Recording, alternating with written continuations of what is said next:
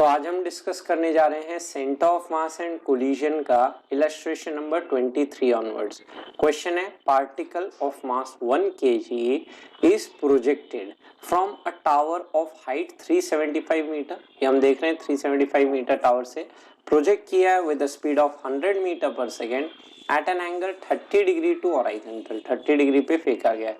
Find its kinetic energy in joules just after collision with ground if the collision is inelastic with coefficient of restitution दे रखा है 1/2 और g की value given है 10 metre पर second square करके। तो हम जानते हैं अगर 100 मीटर पर सेकेंड से प्रोजेक्ट किया होगा तो हॉरिजॉन्टल कंपोनेंट ऑफ वेलोसिटी ये हो जाएगा 100 cos 30 degree, that is cos 30 1/√3 होता है, तो ये निकल के आएगा 50√3 मीटर पर सेकेंड। और यहाँ पे जब ये लैंड करने से जस्ट पहले वाला अगर सिचुएशन देखें तो लैंड करने से जस्ट पहले इसकी जो हॉरिजॉन्टल कंपोनेंट ऑफ वेलोसिटी होगी वो तो 50√3 फिक्स रहेगी।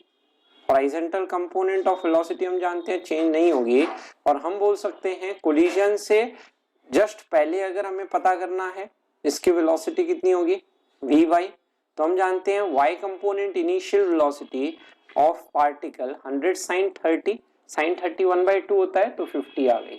अब यहाँ से हम लिख सकते हैं ये Vy निकालना हो तो Vy का square is equal to Uy square plus 2Ay into Sy। Initial component of y direction velocity 50 है, एक्सीलरेशन y डायरेक्शन में नीचे है -10 और डिस्प्लेसमेंट नीचे है -375। ये आया हमारा 2500 और ये हो जाता है 7500। तो ये Vy स्क्वायर हुआ तो Vy की वैल्यू हो गई अंडर रूट ऑफ यहाँ पे 2500 प्लस 7500 10,000। तो यहाँ से बोल सकते हैं फाइनल y डायरेक्शन की वेलोसिटी निकल के आ गई 100 मीटर पर सेकेंड। अब यहाँ पे हम बोलते हैं जस्ट कोलिजन से पहले और कोलिजन के बाद का सिचुएशन देखा जाए तो कोलिजन से जस्ट पहले हमने ये y डायरेक्शन की वेलोसिटी निकाली 100। अब हम जानते हैं कि लेट्स से ये बॉडी जो भी वेलोसिटी यहाँ चेंज होगी वो along the line of impact change होगी। हॉरिजॉन्टल कंपोनेंट ऑफ वेलोसिटी जो रहेगा बॉडी का वो सेम रहेगा। ये बिफोर कोलिजन है इनिशियल और ये आफ्टर कोलिजन है फाइनल करके। तो यहाँ पे हम देख रहे हैं इसका हॉरिजॉन्टल कंपोनेंट ऑफ वेलोसिटी है 50√3 और वर्टिकल नीचे की तरफ वेलोसिटी का वैल्यू है 100।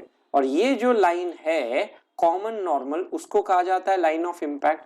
और जो भी बॉडी पे फोर्स लगेंगे इस ग्राउंड के द्वारा वो फोर्स इसी लाइन ऑफ इम्पैक्ट के अलोंग लगेंगे जिसके कारण बॉडी की वेलोसिटी चेंज होगी। और हम जानते हैं एक्स डायरेक्शन में वेलोसिटी बॉडी की अनचेंज रहेगी क्योंकि इस डायरेक्शन में कोई फोर्स नहीं लग रहा है तो कोई वेलोसिटी यहाँ चेंज नहीं होने वाला। तो एक्स डायरेक्शन तो 50√3 रहेगा और वाई डायरेक्शन की वेलोसिटी बात करें ये v हो गया। तो यहाँ पे हम कोफिशिएंट ऑफ रेस्टिट्यूशन देख रहे हैं relative velocity of separation by velocity of approach, ये गिवन है हमें 1/2। और वेलोसिटी ऑफ सेपरेशन मतलब ग्राउंड के रेस्पेक्ट में ये बॉडी v से ऊपर जा रही है और वेलोसिटी ऑफ अप्रोच मतलब ग्राउंड के रेस्पेक्ट में ये body along the line of impact 100 से अप्रोच कर रही है इज इक्वल टू 1/2। तो यहाँ से v की वैल्यू हमारे पास निकल के आ गई 50 मीटर पर सेकेंड। तो यहाँ से हम बोल सकते हैं कि कोलिजन के बाद इस बॉडी की वेलोसिटी हो गई 50 मीटर पर सेकेंड। तो वेलोसिटी के टर्म में हम बोले तो फाइनल वेलोसिटी जो होगा बॉडी का उसका कोलिजन के बाद 50√3 आई कैप हो गया और 50 का बन गया जे कैप। तो यहाँ पे मैग्नीट्यूड अगर निकालूं तो इस मैग्नीट्यूड की वैल्यू लिखी जा सकती है 50√3 का स्क्वायर प्लस यहाँ पे बन के आएगा 50 का स्क्वायर। तो यहाँ पे 50 बाहर निकालेंगे और √3 का स्क्वायर प्लस 1 का स्क्वायर ये हो गया 3 + 1 दैट इज 4 का √2 दैट इज ये आया 100 मीटर पर सेकेंड। तो हम बोल सकते हैं फाइनल जो काइनेटिक एनर्जी हो गई कोलिजन के जो बाद रहेगी, क्वेश्चन ये पूछा है just after the collision kinetic energy बताइए कितनी होगी। तो kinetic energy final kinetic energy half m into vf square, mass है 1 kg और फाइनल वेलोसिटी है 100।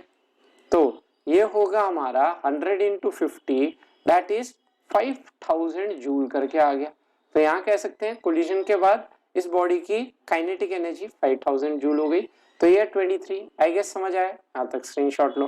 क्वेश्चन नंबर 24 आते हैं। Body moving towards a body of finite mass at rest collides with it, it is impossible that. तो यहाँ पे हम बोल रहे हैं पहले पार्ट में कि एक बॉडी है, लेट्स से m मास की बॉडी है।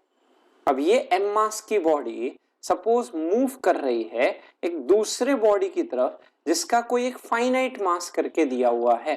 ये जो दूसरी बॉडी है जो रेस्ट पे है वो फाइनाइट मास की है, u स्पीड से उसकी तरफ जा रही है, कोलाइड्स विद इट, ये दोनों एक दूसरे से कोलाइड करते हैं और कोलिजन के बाद यहाँ पे बात हो रही है ये m मास और ये m मास की बात की जा रही है। तो पूछा है कौन सा पॉसिबल सिचुएशन नहीं है। तो फर्स्ट में आते हैं, both bodies come to rest. अब हम देख रहे हैं इनिशियल मोमेंटम सिस्टम का जीरो नहीं है, सिस्टम की बात कर रहे हैं। इस एम मास का कुछ मोमेंटम है, भले ये एम मास हमारा रेस्ट पे है पर पूरे सिस्टम का मोमेंटम तो नॉन जीरो है। तो क्योंकि कोलिजन में हम जानते हैं एक्सटर्नल फोर्स नहीं लगता, देयरफॉर फाइनल मोमेंटम भी हमारा नॉन जीरो होना चाहिए। मतलब इनिशियल मोमेंटम नॉन जीरो है तो फाइनल मोमेंटम भी नॉन जीरो होना चाहिए। मतलब दोनों बॉडी रेस्ट पे नहीं आ सकती एक साथ, क्योंकि दोनों body both bodies come to rest मतलब फाइनल मोमेंटम जीरो हो जाएगा। तो ये सिचुएशन पॉसिबल नहीं है। सिचुएशन पॉसिबल नहीं है मतलब पूछा था कौन सा पॉसिबल नहीं है, तो हमारा ए आंसर तो हो गया। तो फर्स्ट ऑप्शन ए सही है, मतलब ऑप्शन यहाँ आंसर हो जाएगा।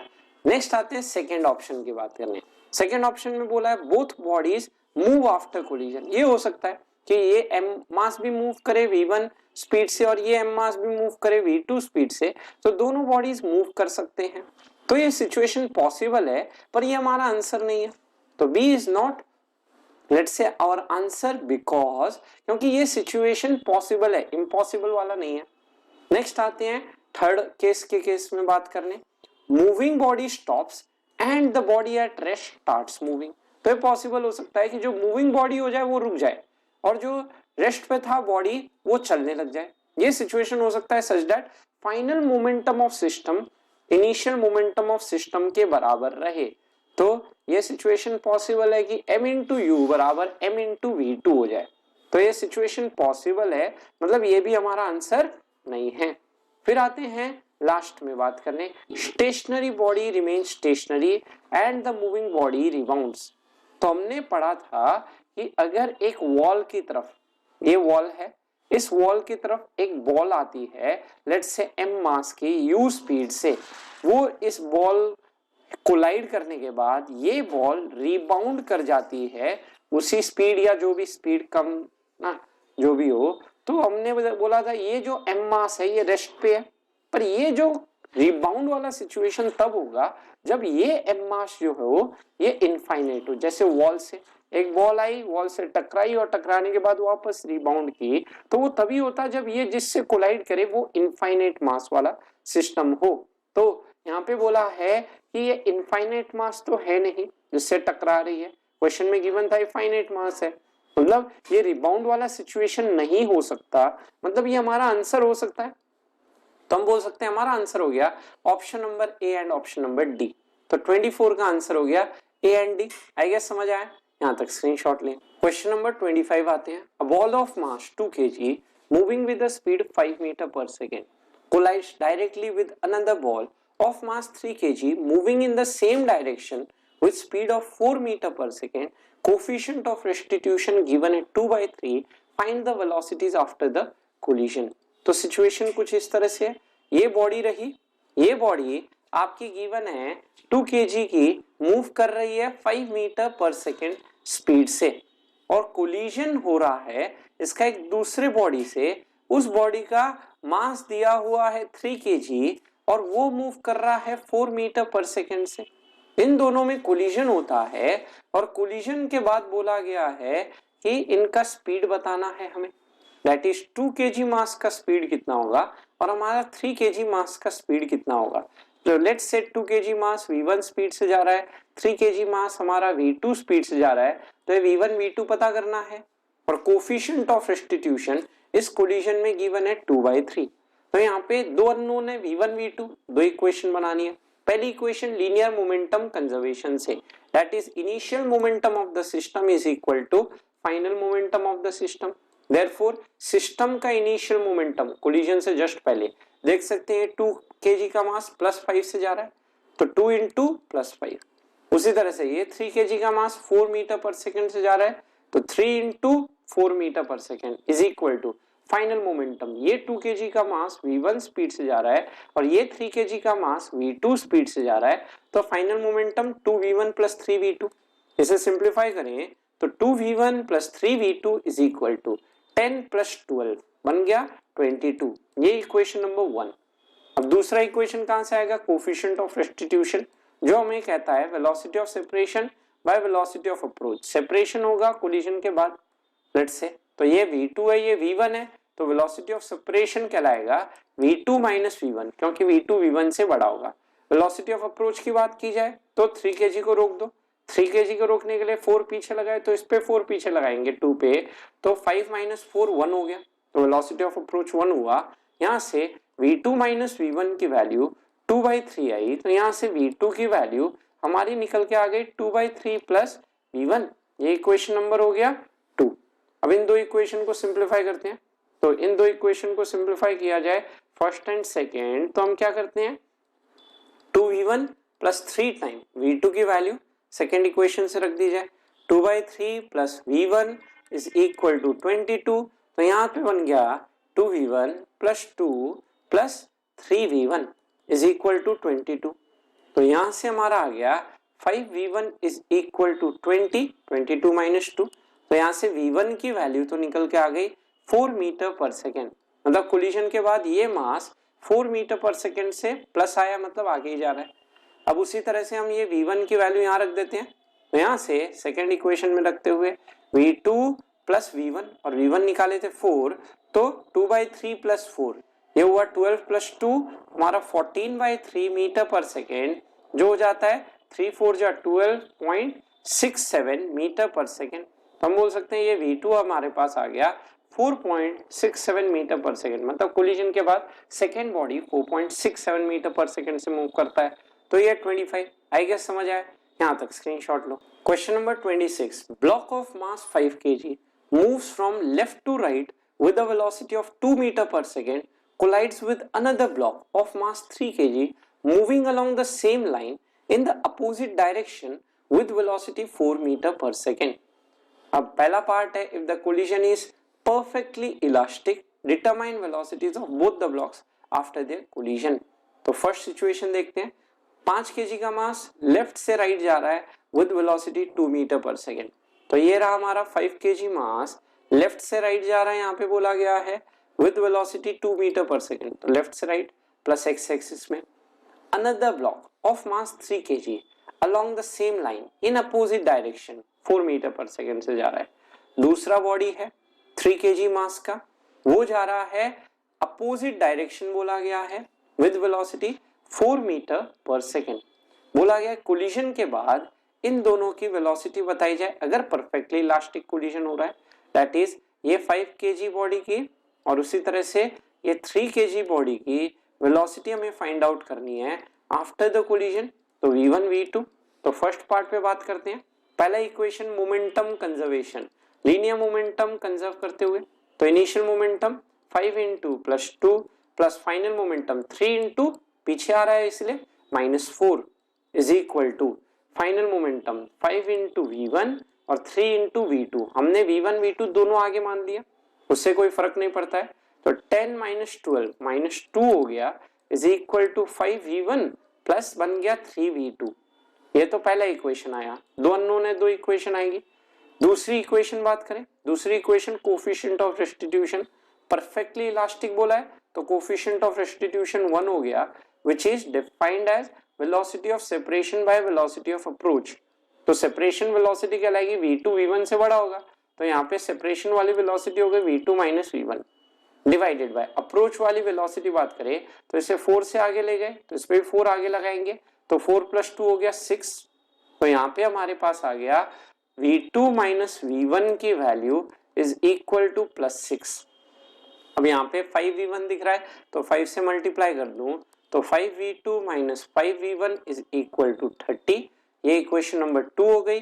अब इन दो इक्वेशन को सिंप्लीफाई करना है, तो इन दोनों इक्वेशन को अगर मैं ऐड कर देता हूँ, इक्वेशन 1 इक्वेशन 2 को ऐड कर दिया जाए तो 5v1 कैंसिल हुआ और 3v2 प्लस 5v2 हमारा हो गया 8v2 और राइट साइड में 30 माइनस 2 हमारे पास आ गया 28। तो यहाँ से v2 की वैल्यू आई 28/8, 4 7 जा 4 2 जा दैट इज 3.5 मीटर पर सेकेंड। तो यहाँ से हम बोल सकते हैं v2 हमारे पास आ गया निकल के 3.5 मीटर पर second. In similar manner let's say v1 की वैल्यू बात करें तो किसी एक इक्वेशन में रख दीजिए। इस इक्वेशन में v2 की वैल्यू रख देते हैं, तो v1 निकालना है तो यहाँ से v2 की वैल्यू रख देते हैं that is 3.5 minus v1 is equal to 6। तो यहाँ से हमारे पास निकल के आ गया let's say v1 is equal to 3.5 minus 6 that is यहाँ हमारे पास v1 की वैल्यू आ गई माइनस ऑफ 2.5 मीटर पर सेकेंड। तो माइनस 2.5 मीटर पर सेकेंड मतलब ये आगे नहीं, ये कहाँ जा रहा है, पीछे जा रहा है। कितने से 2.5 मीटर पर सेकेंड। तो हम बोल सकते हैं कोलिजन के बाद ये बॉडी 3.5 से आगे जाएगी और ये बॉडी जो है हमारी 2.5 से पीछे जाएगी अगर परफेक्टली इलास्टिक कोलिजन हो। तो ये तो फर्स्ट पार्ट का हो गया आंसर। अब उसी तरह से सेकेंड पार्ट पे बात करते हैं। तो पहले यहाँ तक सब लोग स्क्रीनशॉट। तो इसके सेकेंड पार्ट में बोला है if coefficient of restitution is 0.6 determine velocity of blocks after collision. तो सिचुएशन वही है, 5 kg 2 से आगे जा रहा है, 3 kg 4 से पीछे जा रहा है, कोलिजन के बाद 5 वाला v1 से आगे जा रहा है और 3 वाला v2 से आगे जा रहा है। तो पहली इक्वेशन चाहे इलास्टिक हो इन इलास्टिक हो, मोमेंटम हमेशा conserve that is 5 into 2 3 into -4 क्योंकि ये पीछे जा रहा था is equal to 5 into v1 plus 3 into v2। तो पहला इक्वेशन तो ये रहा -2 is equal to 5v1 plus बन गया 3v2। और उसी तरह से यहाँ पे बोलते हैं कोफिशिएंट ऑफ रेस्टिट्यूशन, यहाँ पे क्वेश्चन में गिवन है इसकी वैल्यू 0.6, तो यहाँ पे e की वैल्यू हमें 0.6 रखनी है, बाकी तो वही रहेगा that is velocity of separation by velocity of approach और separation velocity v2 minus v1 और अप्रोच वेलोसिटी आपकी 6 हो गई। अब इसे सिंप्लीफाई करते हैं तो यहाँ से v2 minus v1 is equal to 6 into 0.6 आ गया 3.6। अब फिर से 5v1 लाना है, 5 से मल्टीप्लाई कर दिया जाए तो 5v2 minus 5v1 is equal to यहाँ पे बन जाएगा 18 करके। अब ये इक्वेशन नंबर 2 हो गया। अब इन दो इक्वेशन को सिंप्लीफाई करते हैं तो क्या करना है, सिंपल फिर से दोनों इक्वेशन को ऐड कर दीजिए। 1 और 2 को ऐड कर दिया जाए तो 5v1 से 5v1 कैंसिल हो गया और 3v2 प्लस 5v2 हमारा बन गया 8v2 और राइट साइड में 18 माइनस 2 बन गया 16।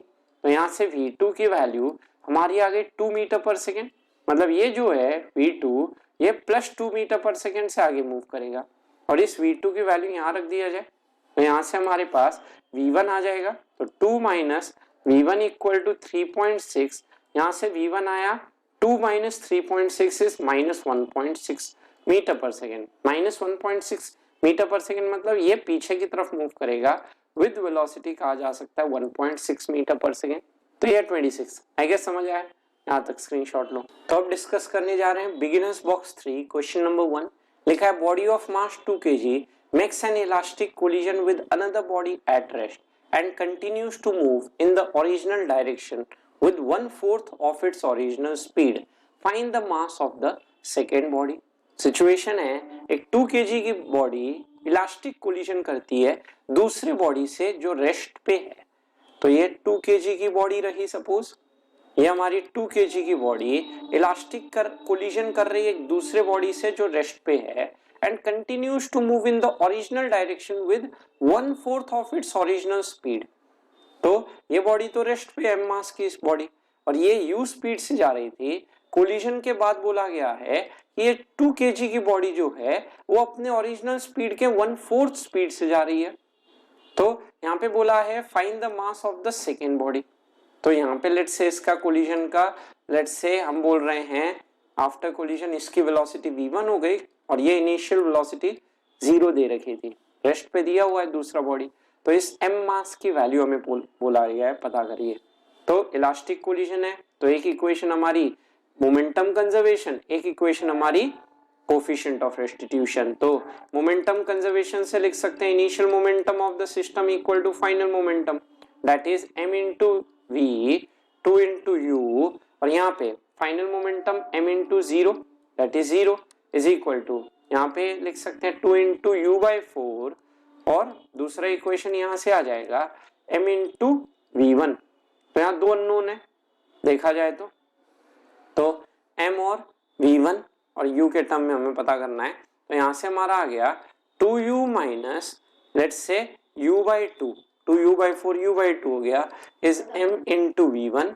यहाँ से m इंटू वी वन हमारी निकल के आ गया 4 minus 1 is 3 by 2 into you. ये इक्वेशन नंबर 1 हो गया। अब उसी तरह से आते हैं इक्वेशन नंबर 2 बनाने।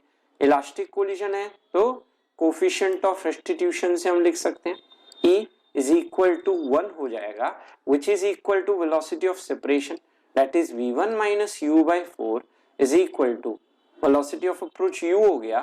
तो v1 minus u by 4 की वैल्यू हमारी u कही जा रही है, तो v1 आ गया u plus u by 4 बन के, तो यहाँ से v1 की value I u plus u by 4 बन गया 5u by 4, इक्वेशन नंबर 2। अब यहाँ 1 और 2 इक्वेशन से इसे सिंप्लीफाई करते हैं, तो equation number 1 and equation number 2 से हम बोल सकते हैं m इंटू वी वन की जगह रख देते हैं 5u by 4, और यहाँ पे राइट साइड में बना हुआ है 3 by 2u। अब इसे सिंप्लीफाई करते हैं, तो यहाँ पे हम देख सकते हैं ये u से u कैंसिल हुआ, ये 2 इस 4 को 2 से काटेगा, तो यहाँ पे m की वैल्यू आ गई 6 by 5 is equal to 1.2 kg। तो दूसरे बॉडी का मास आ गया 1.2 kg। ये रहा फर्स्ट नंबर, आई गेस समझ आया, यहाँ तक स्क्रीनशॉट लो। क्वेश्चन नंबर 2 आते हैं। Particle of mass m moving with velocity u makes a head on elastic collision with another particle of same mass initially at rest, find the velocity of the first particle after the collision. तो यहाँ पे बोला गया है let's say एक particle है जिसका मास है m, वेलोसिटी v से मूव कर रहा है। तो ये m मास का पार्टिकल मूव कर रहा है with velocity v, makes head on elastic collision with another particle of same mass initially at rest. दूसरे मास से लेट्स से हिट करता है जो इनिशियली रेस्ट पे है, और इलास्टिक बोला है और सेम मास बोला है। तो find velocity of first particle after the collision. तो हम क्या जानते हैं, इलास्टिक कोलिजन और लेट्स से सेम मास हो जाए तो वेलोसिटीज एक्सचेंज हो जाती है, जो हमने पढ़ा हुआ है नोट्स में। दैट इज अगर सेम लेट्स से मासेस हो और लेट्स से इलास्टिक कोलिजन बोल दिया जाए तो वेलोसिटी एक्सचेंज हो जाएगा, मतलब फर्स्ट ए बॉडी की वेलोसिटी बी को मिल जाएगी और बी बॉडी की वेलोसिटी ए को मिल जाएगी, मैग्नीट्यूड और डायरेक्शन वाइज। तो ए बॉडी की वेलोसिटी v जो प्लस x में है वो b को मिल गई, और b बॉडी की जो वेलोसिटी थी 0 वो अब a को मिल गई। तो a अब रेस्ट पे आ जाएगा और b जो है वो v स्पीड से मूव करेगा। तो यहाँ बोला है velocity of first particle after collision, तो a बॉडी का वेलोसिटी कितना हो गया 0 मीटर पर सेकेंड। तो ये रहा 2 नंबर, आई गेस समझ आए, यहाँ तक स्क्रीनशॉट लो। क्वेश्चन नंबर 3 आते हैं। Particle of mass m moving with velocity v strikes a stationary particle of mass 2m and sticks to it, find speed of the system. तो यहाँ पे बोला गया है हमें कि एक पार्टिकल है m मास का है, मूव कर रहा है with velocity v, strikes a stationary particle of mass 2m। एक दूसरा पार्टिकल है 2m मास का जो रेस्ट पे है, स्टेशनरी बोला गया है मतलब वो पार्टिकल रेस्ट पे है 0 मीटर पर सेकेंड, स्टिक्स टू इट दोनों चिपक गए परफेक्टली इन इलास्टिक कोलिजन। बोला गया है find speed of the system, तो चिपक गए तो अब कंबाइंड मास हमारा हो गया 2m plus m that is 3m, उसकी कॉमन वेलोसिटी पूछी गई है। सिस्टम की स्पीड मतलब जो दोनों अब सेम स्पीड से मूव करेंगे। तो यहाँ पे हम क्या कर सकते हैं, linear momentum conservation that is initial momentum is equal to लिख सकते हैं फाइनल मोमेंटम। तो इनिशियल मोमेंटम ऑफ सिस्टम हमारा हो जाएगा m into we plus 2m वाला तो रेस्ट पे, फाइनल मोमेंटम हो गया 3m इंटू वी सी। तो यहाँ से लिख सकते हैं m into V is equal to 3m into V C. तो जो कॉमन वेलोसिटी है वो तो हमारी आ गई v/3। क्वेश्चन नंबर 4 आते हैं। 2 पुट्टी बॉल्स, पुट्टी बॉल मतलब बॉल है एक टाइप की ना, of equal masses moving in mutually perpendicular direction with equal speeds. तो यहाँ पे हम बोल रहे हैं दो पुट्टी बॉल्स हैं, ये रही सपोज m और ये दूसरी बॉल है लेट्स से m करके, दोनों एक दूसरे के परपेंडिकुलर डायरेक्शन में मूव कर रही है और लिखा है इक्वल स्पीड, जिस स्पीड से ये आ रही है उसी स्पीड से ये बॉल आ रही है। अब बोला है स्टिक टुगेदर आफ्टर कोलिशन। यहाँ पे ये नहीं देखना है कि सेम मास है बस वेलोसिटी एक्सचेंज, नहीं, जब तक परफेक्टली इलास्टिक कोलिशन ना बोला जाए। यहाँ बोला है स्टिक टुगेदर मतलब परफेक्टली इलास्टिक कोलिशन हो गया। If the balls were initially moving with velocity 45√2 metre पर सेकेंड, ये जो u है जो कॉमन वेलोसिटी लेट्स से जो दोनों की सेम वेलोसिटी है वो 45√2 मीटर पर सेकेंड दे रखा है। आगे बोला है find velocity of the combined mass after the collision.